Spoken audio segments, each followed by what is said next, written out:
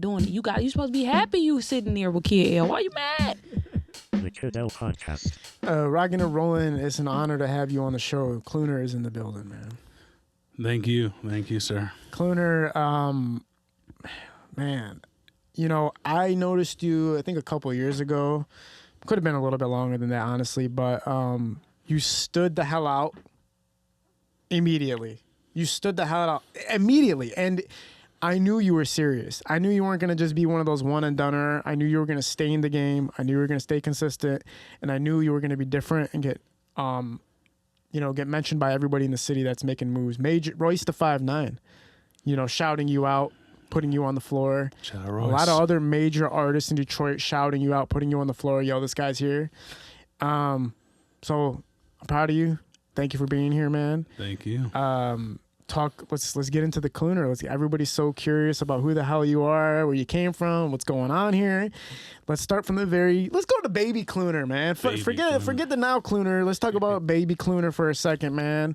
What was Baby Clooner? Who was Baby Clooner? Dang. I mean, fucking back in the day, man, Baby Clooner, wouldn't have been Clooner. Wasn't allowed to listen to rap music, Baby Clooner, The cuss words, you can't swear. So you could see the rebelliousness in me. Like, I had to swear. I had to say fuck and shit and damn and do everything I can. But yeah, Baby Clooner, man, grew up Farmington Hills, just lived a suburban, white privileged life. And got into rap music, and then we're here now. Baby Clooner wasn't supposed to be listening to rap music? Baby Clooner was not supposed to. Baby Clooner found out about rap in late elementary school. I swear I thought D12 was a person. Mm-hmm. I thought Eminem was the group. Yep. And then you found out, oh, no. I remember when I was in this kind of juvenile school, and they asked us to write about our favorite bands, and I put D12. And then my teacher was like, that's not like really a band. That's like a rap group thing. And I was like, no, it's a band. They said it. There's a song called My Band. Yeah. That's where I was with the D12 Eminem thing. They weren't at first, but then they became one with one song. Yeah. I'll do it to you. Now, you hear D12, you hear Eminem, right? This is your first entry into hearing rap music? Basically, yeah. Eminem, Jay-Z, stuff on the radio at the time was like Akon. You had a little splash of some rap going there. Some Usher with Ludacris. Yeah. Major stomping, major record. Talk about how you felt hearing Eminem for the first time. Yeah, it was incredible. And it wasn't even necessarily like you could comprehend the wordplay or the metaphors he's doing. You're just hearing those cuss words and you're like, yes, yeah. And it was just dope. Just the beats and the language. And now, are your parents the ones that are pretty much saying keep this out the house, and like how are you listening to it if that's the case? Some sense, yeah. I just think like with LimeWire, you're downloading you're getting the viruses on the computer to fucking hear this shit, and they can't stop you really at that point. They're not letting you buy the CDs, but you're illegally getting it. Your friends are listening to it, so you gotta be hip to what's going on at the time. So yeah, they can't stop shit. What did you aspire to be when you were growing up at that age? I mean, I was very. You could tell me like, oh, you should do this, and I might think about doing that. Like a teacher was like, you should be a comedian, and I'm like, I'm gonna be a comedian from that. You just kind of like.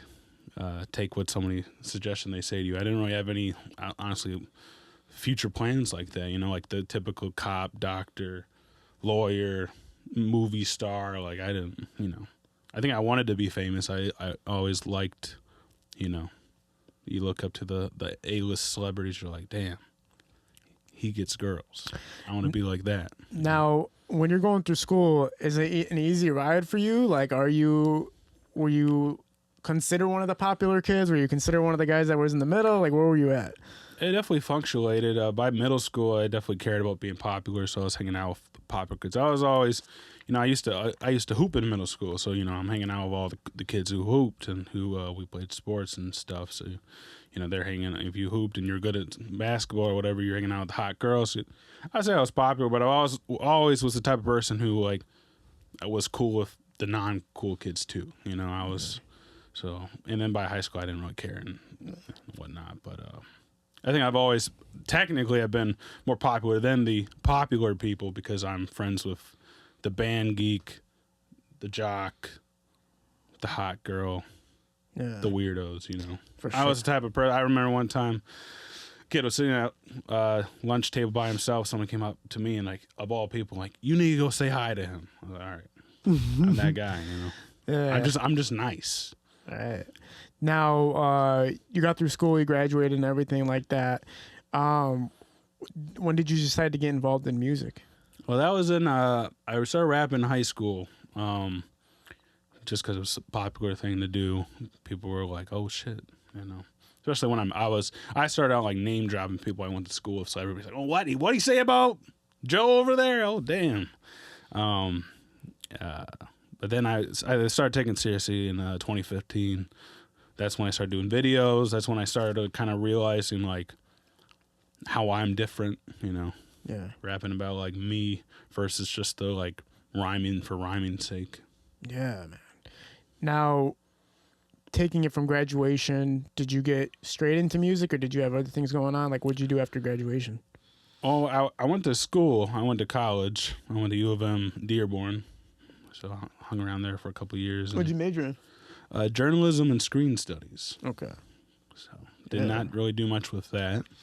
But it was good. And just from there I just started getting more into music. And yeah, I don't know even know how to say what exactly started all that, like what nail in the you know. But What was the first time you recorded a song?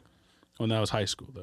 Okay, so you were recording in high school too, as long as yeah. making just music. like silly songs and whatnot. But once I did the videos, and I would send it to like different I would at every at Ear Milk, at Needle Drop, at XXL, and then I got a response from the Needle Drop in 2015, and he's like a big music critic. He had beef with Drake recently, and he was fucking with my shit. And I was like, I should keep doing this. So that's, I guess, what kept it going was like the confirmation that someone big was like, okay, I like you.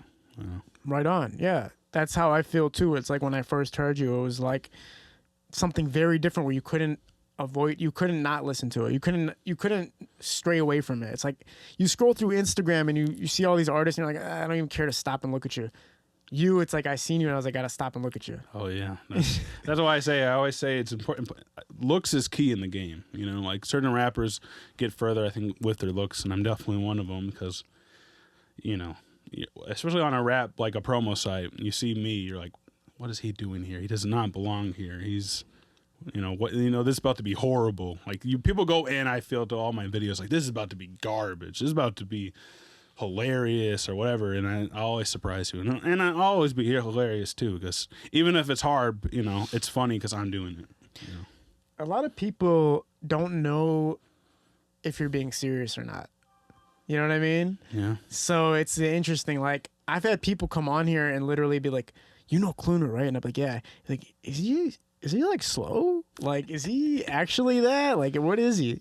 Wow. So, and I met you personally, and I've met you before. I bought a shirt from you one time, and I was coming out to support you, and I was like, I gotta meet you. And I met you, and I was like, I don't know if he's slow or not.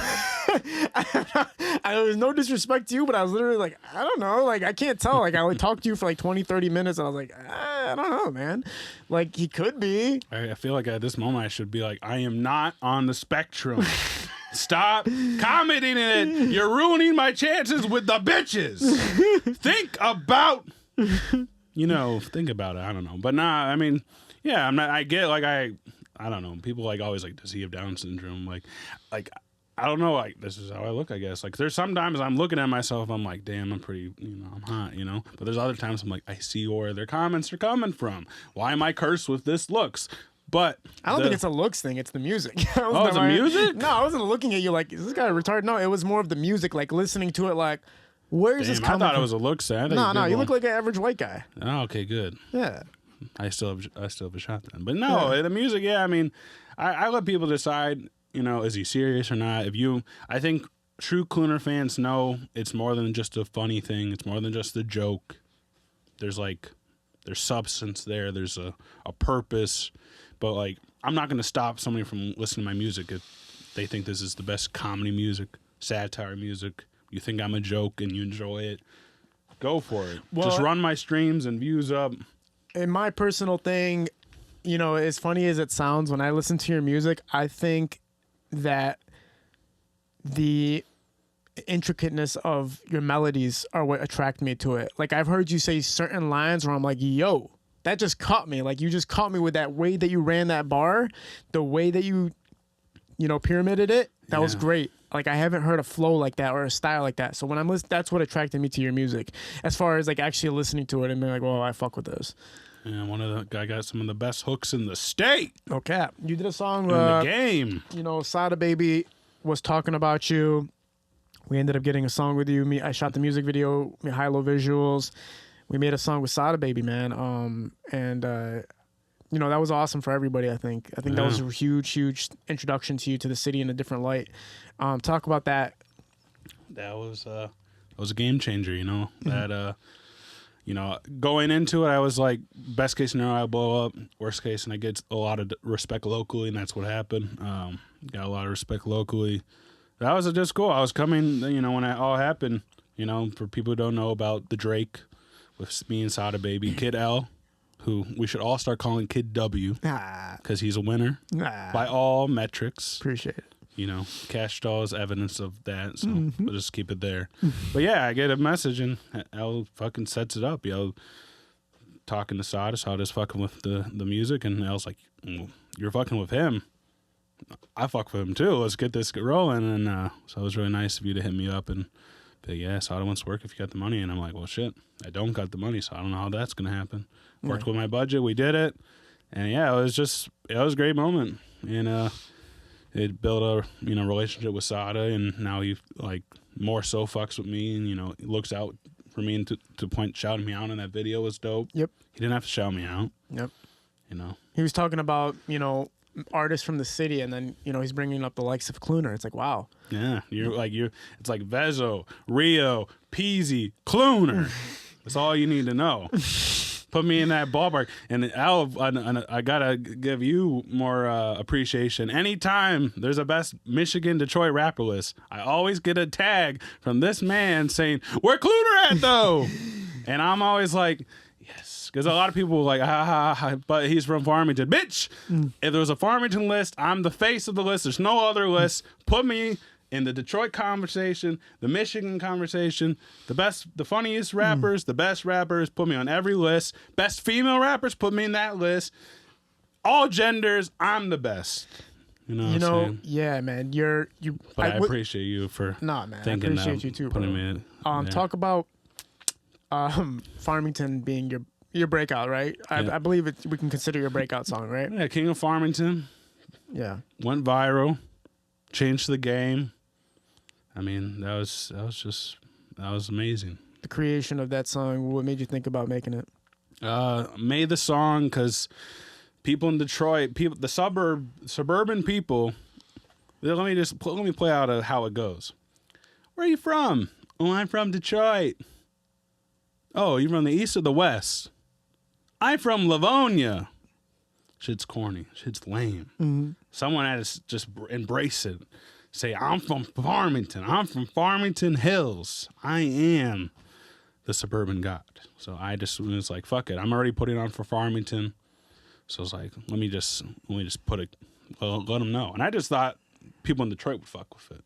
I didn't expect it, the suburban people to go crazy over it. I didn't expect to be on the radio. I didn't expect to be on Showtime and random rappers all over from Freddie Gibbs to Royce the 5'9" reposting it. And that was cool. And it's crazy because like someone else could have just done this and blown up. But they didn't. I don't think so. Because they're afraid. I think you brought a lot to the table besides just the fact that you were representing. Oh, yeah, exactly. The song was a good song. The song was a good song. The hook, like we said, I'm one of the best. I'm just... In Detroit, I would say you are, as far as when I look at totally different styles, I do look at you. I look at somebody like a G-Mac Cash. You know what I'm saying? Just completely different styles that you can enjoy listening to, have fun listening to, but it sounds good as well. Thank you. So you guys bring that to the table. You heard him. I can't hype myself up better than he can. So No, it's all facts, bro. I would never say something about anybody if I didn't really believe it. Talk about, Farmington was your breakout song, and the first moments you realized it was taking off. I mean, shit. The greatest thing about I guess. The microphone, can you bring it into yourself? Yeah. Yes. Mm-hmm. Hello. Yes. Yeah, it's really just like, it's one of those, I wish I could even pinpoint it, because like it was normally like sometimes I'll be like, most videos I drop, I'm like constantly looking at the likes, engagement throughout the day. I'm like, oh, what are they saying? I didn't expect that, because I went to my friend's house to watch the next video I was dropping, which is almost advice to you guys. Never like put your eggs in one basket, because I was already looking at the next basket, and then all of a sudden, like my phone, I'm like, he's like, I don't have my phone like the sound on, the vibrate on, so I go to these apps, and then it's like 20 notifications. Click it, I'm like, oh, and then constantly from there, like every minute I would go back on there, 20, and yeah, it was nuts. Like I got 2 hours of sleep looking at all the stuff over, looking at what everybody's got to say. And, I get a call at 8 o'clock after 2 hours of sleep from Channel 955 being like, we're trying to get a hold of you. I'm like, oh, shit. Chillax. Wow, 955 hit you up. Yeah. And you did an interview with them? Yep, interview with them, yep. Was it comfortable?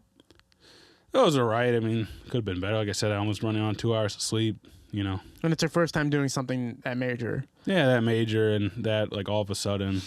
But yeah, it was crazy. Like I knew shit was going. A lot of like I think the Royce and Freddie Gibbs was the next day. That first day, it was just a lot of, mostly on Twitter, because it all happened through Twitter. A guy from the Huffington Post reposted it. Shout out Phil Lewis. Follow me. Blow more of my videos up. God damn it. People with major names are reposting it. They're telling people to tap in. You're getting love from suburban. You're getting love from the city. You're getting love from people you might not have expected. And so with that momentum, you started releasing more music, and you kind of walked down the songs that you released after that and the progression after that. Well, it's interesting. I was dropping a lot of songs after that, and I don't think any of them really were hitting like that. It took till, I think my really rise was in 2021. I kind of, and I shout out to BFB the Pac-Man. He in interviews would talk about like his game, like how he blew up. He was talking about so-and-so for the video, so-and-so for like recording, Say Cheese for the promo. And I was already doing Say Cheese promo, but I wasn't doing it consistent. So then I kind of set it up, because I would do the cheapest option. You email them, and they set you up for a post a month away. So I hit them up, like I had like, I don't know, 10 lined up. So from there, that's how, a lot of big people started tapping in, just from Say Cheese, from Snapdog, Sada Baby, Kodak Black, and then I just kept going with like two even technically it's not exactly that run, but like Uzi Vert tapped in. So a lot of big names, I would say, from that. And from that, like video wise, I mean, we had the Drake. I mean, some of them were old videos that I just, because music's timeless. You can post anything at any time. So I did I Love Taco Bell one. That was a big one. Damn, that's like. You just dropped the ad-lib songs where it's nothing but ad-libs. Hilarious. Yeah. Thank you. Yeah, I dropped that. That's coming on Say Cheese soon. Yeah, who knows if that blows up? Shit. You never know with any of these. You never know. I didn't expect all the love I got for that one, but everybody thought it was hilarious. And yeah, man. Let's just try to be game changing. Next week I'm dropping an All Hooks song. Beautiful. So it's just, I call it Riz Ringtones, because literally it's all on ringtone beats, and it's like all like from hook to hook to hook to hook from the classics from back in the day. Yeah, man. So you have your big break. Now you're releasing singles. Not everything's taken up, but some are hitting, some are missing. You're going through the process of an average artist. Yeah. Hits and misses. Yep. I always tell artists, like, not everything is going to be your big break. Not everything is going to hit. My favorite saying is you got to just one single at a time. One single at a time. You know what I'm saying? It's not going to, people get so demotivated because they expected something to be major for them, and it ends up being something, a little bit, less than what they anticipated, but it's okay. You just keep hitting, and you'll eventually find your rhythm. And don't stay on one single. Don't keep pushing. Don't keep previewing it like it's coming in a week. It's coming. And then when it's out, it's out. It's out. It's out. I just post it once. I'm on to the next. That's how I do it too. I don't really tell people when something's gonna happen. Yeah, you just and Go ahead now. No, exactly. No, you. Yeah, exactly. What are we doing right now? Oh. Too nice. No, you need to go and say. No, you please. No, you sir. Now you go first, and then I'll go after what you were gonna say. But no. You got to listen. Talk about you're getting Kodak Black tapping in, right? Yep. And what was that like to you? Just seeing his face pop up saying, "Yo." I mean, because I wasn't following Kodak at the moment, so it was under message requests, and his name under message requests, it wasn't like the @Kodak. It was Cutthroat. I think it was Cutthroat Bill or something. I don't know. I didn't think it was Kodak. I clicked it, and he was like, he just hit me up with it was an emoji, or like a target. And I clicked on the page, and it was Kodak. I was like, what the fuck? Yeah, so it's just nice, big names like that tapping. It was off the I Love Taco Bell song. Yeah. So he was fucking with Taco Bell, You never know what song is going to get someone. You did a song with G-Mac as well, right? I did a song with G-Mac. And talk about the reciprocation of that song. I mean, it came out. People liked it. I posted it on TikTok not too long ago, and it did pretty well. Like, I just posted a bar from it, and everybody was like, oh my gosh, post the full song. Is everything kind of going according to plan as far as how fast you're growing your audience and, people tapping in and where you're at with your career right now? Or do you feel like it's kind of slow motion? Is it going at speed? What are you thinking about it? It seemed like it was going, like, climbing, and now I just feel like I hit that plateau. So I got to figure out the next climb. And I just think it's going to be just the right song because, I'm consistent with it. I still get like good IG numbers. It's just translating it over to YouTube. I think for you, when I personally look at what you're doing, I think that, first of all, I don't know if people know this, but widescreen videos get the lowest engagement because Instagram doesn't push widescreen. So you need to start getting the 1080 by 1080 format. It's way higher return. If I was you, I would be doing 1080 by 1920, and I wouldn't make it look so much like you need to see the whole video. Just stick on you, right? Yeah. And that's one huge thing because Instagram doesn't push widescreen. That's number one. So you're not going to see your return on that. And then I think you're going to be more of a niche artist where you're going to build a cult following more so than getting everybody in a broad spectrum. So I would focus on the people that fuck with you, and that's going to keep, breaking new barriers for you on that end versus trying to get everybody. Yeah. You know what I'm saying? That's smart. Because you already had the biggest song right now, one of the biggest songs that the city has heard, which is Farmington, right? Mm-hmm. So if you already done that, then the people who are already going to fuck with you from the city are going to fuck with you just off that. Yeah. You know what I'm saying? So you just keep diving into them, and their friends are going to show their friends, and their friends are going to show. There's like Baby Tron, for instance, right? Mm-hmm. Baby Tron stuck with his guns. He knew a lot of the city wasn't going to fuck with him, but he knew if I could just break into this, the Suburbans love him. Yeah. The city loves him too, but the Suburbans really love him. They're sharing, they're showing, their cult following is building because he's just sticking to that area. Definitely. You worked with Baby Tron too as well, right? Yep. You guys have a song. Yeah, we got two. Yep. And talk about the process of working with Tron. I mean, shit, both. I worked with him twice. I worked with Bull Cut Tron 2019. And then I got long hair Jesus Tron 2020, 2022. And yeah, that was legendary. We did a Crocs song. Got it popping on TikTok. Shit, I don't know if you see my Crocs. No cap. Crocs. Bam. But yeah, I dropped the original Crocs song, and of course I was like, I should get Tron on this, but like, I'm not gonna get Tron on this. It's probably too expensive. So I posted it, and Lando was like, yo, you should get Tron on this. And then I was like, maybe this means that he'll do it for free. No, of course. I went to Lando. I was like, yo, I got a deal for you. He worked it out. So shout out Lando. Always looking out. And Tron did that. It was he engineered Tron engineers a lot of his own shit. So he was like recording himself, which is pretty legendary. And then Primo, he came in, finished it up. Yeah. And then I had my boy Adam mix it and master. And it was a good song. Good hit. Kind of back to what you wanted out of everything so far up to this point. You know, you said you went uphill pretty, you know, good, you know, went up, and then now you're kind of feeling like in the mix, right? Like you don't know where you're at exactly. Mm-hmm. Are you comfortable with that? Like, how do you feel about it? Just the hunger's still there.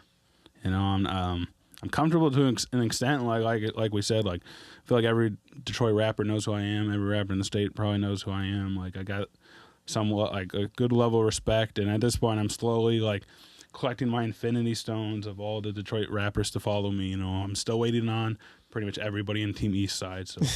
And Doughboys Cash Out, you know, all you members follow me, you know. Yeah, man. Yeah, I'm content, but you know, obviously, like I feel like this is the make it or break it year. Like I feel like something has to happen,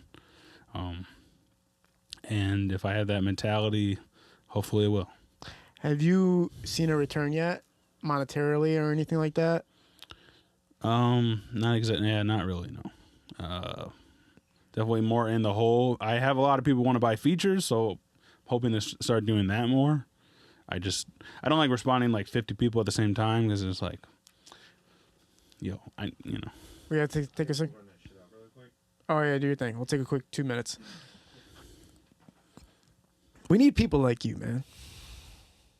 Thank you. You need somebody who's doing something completely different, can put a smile on your face. You know what I'm saying? We need people who can bring a variety. You know, you need that special guy. You know, imagine all your favorite sitcoms or your favorite rap groups or your favorite entities, and there's always that person that stands out that's different from everybody else, and that's what you provide, something extremely different. And you're sticking to your guns. You're not changing up. You're not switching up. You're not trying to do something outside of your character, which is really cool, man. And you said you're comfortable with where you're at right now. You just know it's about pushing out music and just keep building your fan base, basically. Yep. Is there anything else that's a part of the equation for you? Is there anything else that you've been looking at or kind of experimenting with? I mean, social media-wise, TikTok, you know, Yeah. like definitely repost stuff there that's gotten viral numbers. So just that's the young fans, you know, like it's kind of fun, you know, King of Farmington was 2020. I reposted in 2022 on TikTok, and I had a whole new generation of young kids who never knew about it, so now they know. Yeah, man. Yeah, so that's pretty cool. Yeah, just knowing where to target different audiences, and I'm not really changing up too much. I probably should be thinking like yourself of some more outward ideas. But were you ever inspired by any type of artist, like a comical artist, like Weird Al Yankovic or anything like that? Or I mean, Weird Al is definitely a legend, and I'll count him. Like anyone who wants to compare me to Weird Al, that's a compliment. Someone used that once as an insult, and it's funny because dude got a biopic played by Harry Potter himself. So literally, so you hating on me saying I'm like Weird Al Yankovic, you're just taking an L, just talking. But comically wise, I mean, I guess Weird Al. I mean, I get a lot of influence from Lil B, the bass god. And people find him to be funny, but he's not necessarily a funny artist. I think in due time, how people look at Lil B as one of the more influential rappers of the last decade, hopefully they say that about me. They'll be like, damn, Clooner inspired me. Got me through school. Navigating, I mean, let's just be straight up here. I mean, I'm Middle Eastern, you're a Caucasian, right? Navigating through the Detroit scene is not easy, because you have to respect that we are guests. My favorite thing Eminem ever said is he's a guest to hip-hop. And I think when you're outside of that culture, outside that community, you can see, I consider myself a guest to Detroit, a guest to the hip-hop culture. Navigating is difficult, though. When I was coming up, it was super, super difficult. It was not easy. I was shooting music videos in the traps and trenches, and I'm dealing with people who don't like me, and I'm dealing with, guns and fights and things that are outside of, my normal lifestyle, and getting disrespected, getting people telling you to stop, getting people to tell you're a culture vulture. All these types of things are consistently happening while you're just trying to entertain people. Mm-hmm. At the end of the day, our goal is we want to entertain people. I want to entertain people. I want to make people laugh. I want to inspire people. I want people to see a side of me that I can't express in my day-to-day life because it's not of the norm, right? Mm-hmm. And then people from the community are like, no, you need to stop. You need to get out of here. We don't need you here.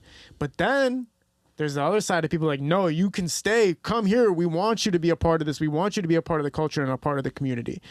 Now, did you go through that same feeling? Did you go through what I just explained right there?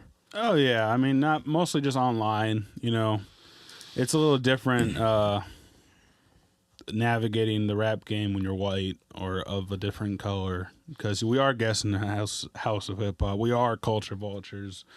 We are trying to make a living off of a black art form, but at the same time, as you said, like, we're coming from a place of respect, and we're just trying to entertain, and we found fans and people who support us and like what we're doing, encouraging us to do it. So yeah, you definitely get a lot of that, a lot of and you can't really fight any of that. A lot of that's fine, it's just, it comes with it. I get annoyed when people are like, I dress the whitest there ever could be, and people will be like, hit me with the cultural appropriation, and I'm like, man, what the hell? I'm just confused by it. But right, you wear the right stuff, you get culture vulture. You wear the wrong stuff, you're a culture vulture. It's like well, the thing is, the appropriation vulture is different, because the culture vulture is just like Eminem's a culture vulture. We're all culture vulture. It's like a fact. Like I was saying, like we just like, even though we have pure intentions, we are profiting off the black art form. So like, never take it as an insult. Like, it's just like, okay, it's true. But like an appropriation though is like saying like I'm dressing up as what a rapper looks like, which is a black man, and I'm not. You're not black? And, yeah, I'm not.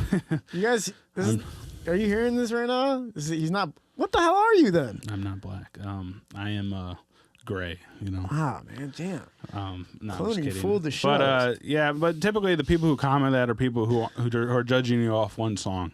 They're typically, they're not like, and they're not even like Michigan people or anything. Like, I think generally get a lot of love in Michigan, but there's a couple people who are commenting or messaging like, I'm gonna slap you when I see you. Hey, chill out, bro. We can shake hands. I'll take you to Applebee's. It'll be good. All right. But the way I look at it is like this. I have a kind of a different viewpoint than you. My viewpoint is I've always wanted to be an entertainer since I was a child, and the closest home base to entertainment in Michigan is Detroit. That's the headquarters of where entertainment is happening. So naturally, I'm a hip hop fan. I've loved hip hop my whole life. Naturally, I want to entertain people. The entertainment scene's in Detroit. I'm gravitating towards Detroit because that's where it is. People are reciprocating me from Detroit. People are like, yo, we want you to be a part of this. So that's why I'm here in Detroit. So I'm helping to push Detroit because it's my responsibility as well, because you accepted me. But at the same time, I'm gravitating towards it because naturally I'm an entertainer. I'm an entertainer, and that's where the entertainment is happening. That's why I'm here in Detroit. Because where am I going to go? Royal Oak is not an entertainment scene. Grand Rapids is not entertainment. Detroit is like LA, Los Angeles. Everybody from every race of every ethnicity in California goes to LA for entertainment because that's where it is. Yeah. So it's the same thing with Detroit. If you're an entertainer, you come into Detroit. Exactly. That's why you can't gatekeep Detroit, because that's where the entertainment's happening. If it was happening anywhere else, you would try to dive into all the fields. Yeah, it's definitely I don't know if it's the right terminology, but victim of the circumstance. Like if we were in LA, you'd be aiming at Hollywood and that scene, and the difference, of course, is like, Detroit's predominantly black, so there's more of a, they're trying to make sure everybody's respecting the culture, and which we are, but they're more protective compared to like Hollywood, where I shouldn't even be speaking on LA and Hollywood. Like, I don't know what's going on there, but I'm assuming it's like a hodgepodge of like all types of everything races, and so it's not necessarily completely protective because Detroit's different. We're built different. But yeah, we're aiming for like that's why like the best Detroit rapper list, like there's no best Farmington list. Even though I would love to see a Detroit Rap News post.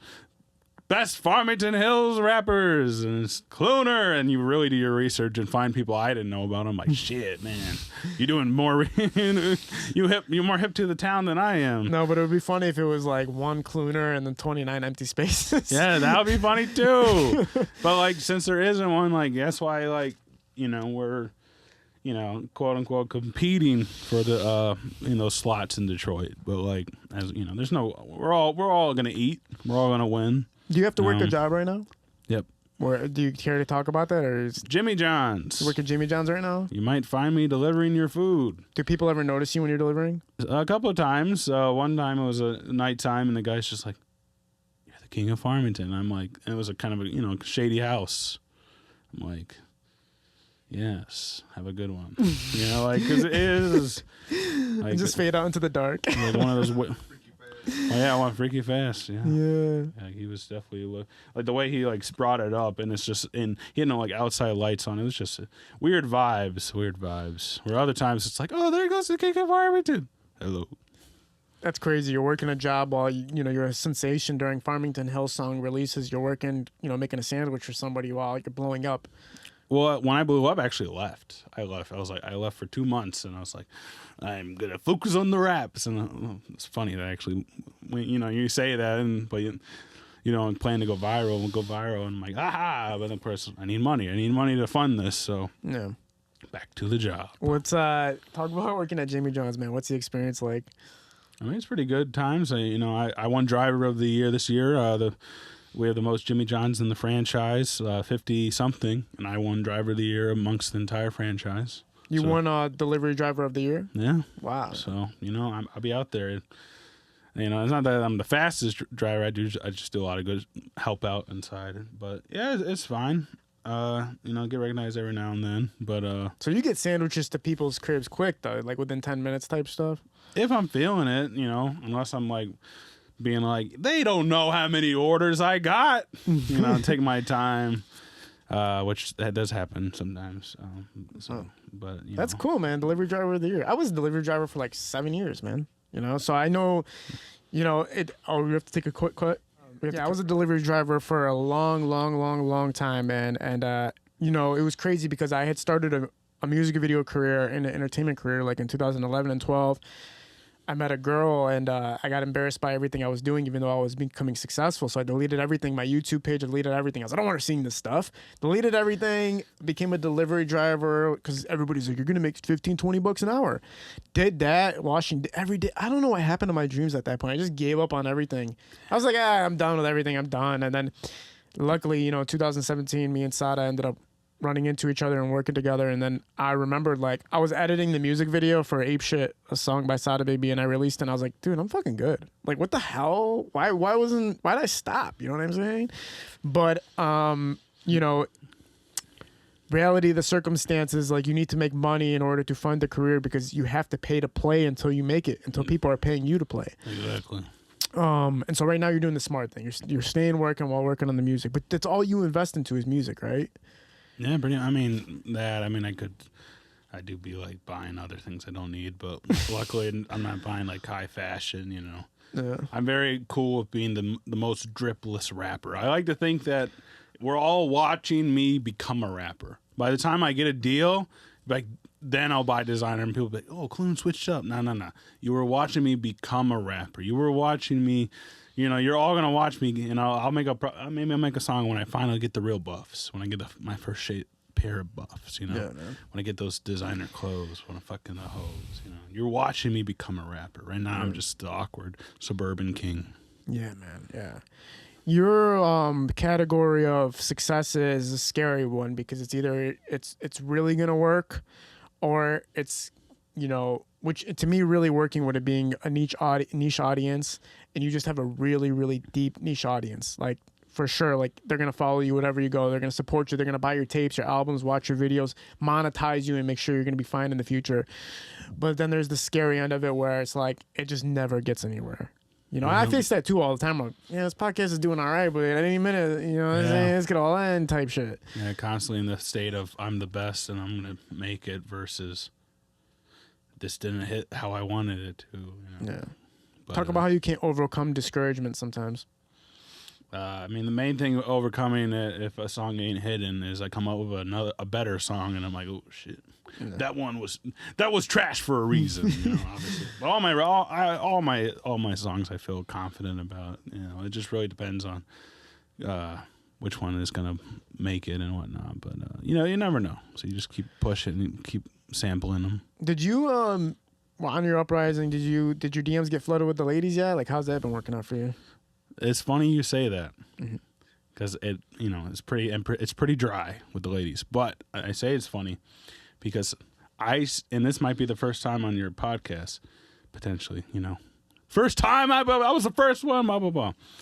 But a girl, I posted on my story a picture of you and Cash Doll. Word. And I said, what a cute couple. Because, come on, guys. They're cute. No keys. A girl slid up and said, that could be us. Wow. Nice. Nice. How many people can say that a girl slid up on a Kid L picture? Nobody. Yeah.